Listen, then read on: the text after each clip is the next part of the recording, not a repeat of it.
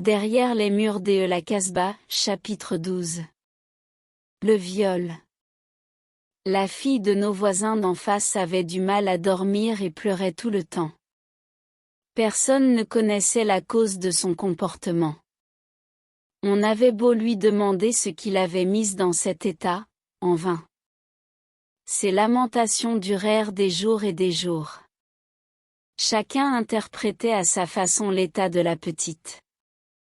La petite doit être possédée par les djinns. Vous devriez aller au marabout de Sidi Bouarakia et égorger un coq noir, dirent les uns. Non, la petite doit être possédée par l'Aroussa, la mariée. Vous devriez la conduire à l'Ala Menana de l'Arrache, dirent les autres.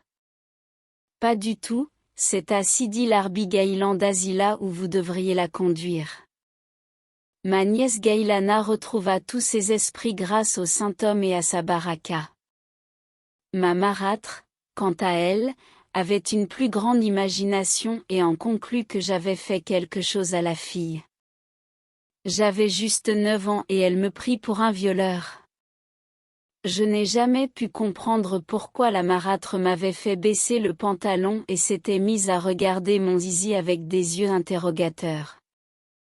Je n'avais même pas connu la masturbation à l'époque. À part les érections matinales, je ne bronchais pas encore à la vue d'une fille.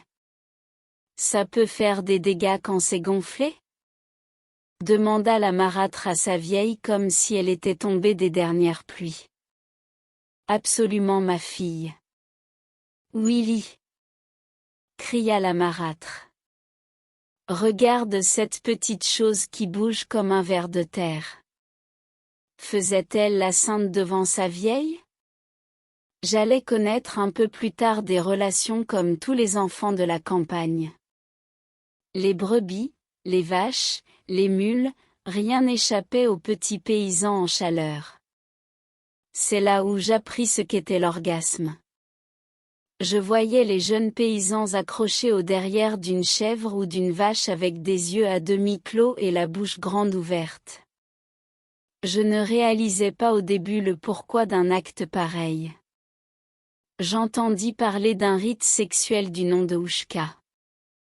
Ça se passait le jeudi, c'est-à-dire la veille du vendredi saint, quand le fqi rassemblait ses disciples les tolbas, étudiants, et leur distribuait des fils entremêlés. On n'avait qu'à prendre le fil par un bout et tirer pour savoir qui serait le compagnon de plaisir. La règle voulait que le plus âgé soit le premier à se servir. C'est une pratique heureusement abolie de nos jours. Bien plus tard on découvre les maisons closes, la plus célèbre était la maison verte de Tanger, à cause de sa porte peinte en vert.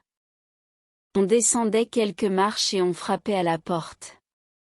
On vous ouvrait et on vous demandait de faire la queue avec les autres dans le couloir. 3 chambres servaient de lieu de réception ainsi que la cuisine. Les gardes du corps allaient et venaient dans l'étroit couloir quand ils n'avaient pas à ouvrir la porte. À chaque fois qu'un client sortait, un autre le remplaçait. La maison sentait le moisi. Elle était mal aérée, les fenêtres étant closes. Des jeunes et des moins jeunes faisaient la queue en silence. On voyait bien qu'ils avaient un peu honte d'être là, mais le désir était plus grand que ce sentiment de culpabilité. Les descentes de la police étaient fréquentes mais qui s'en préoccupaient. En ce moment de transe, on ne pensait qu'à faire la vidange.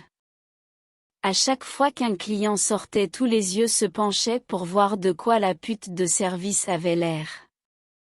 Les queues s'organisaient, chacun attendait son tour devant la porte de celle qu'il avait entrevue entre 2 passes.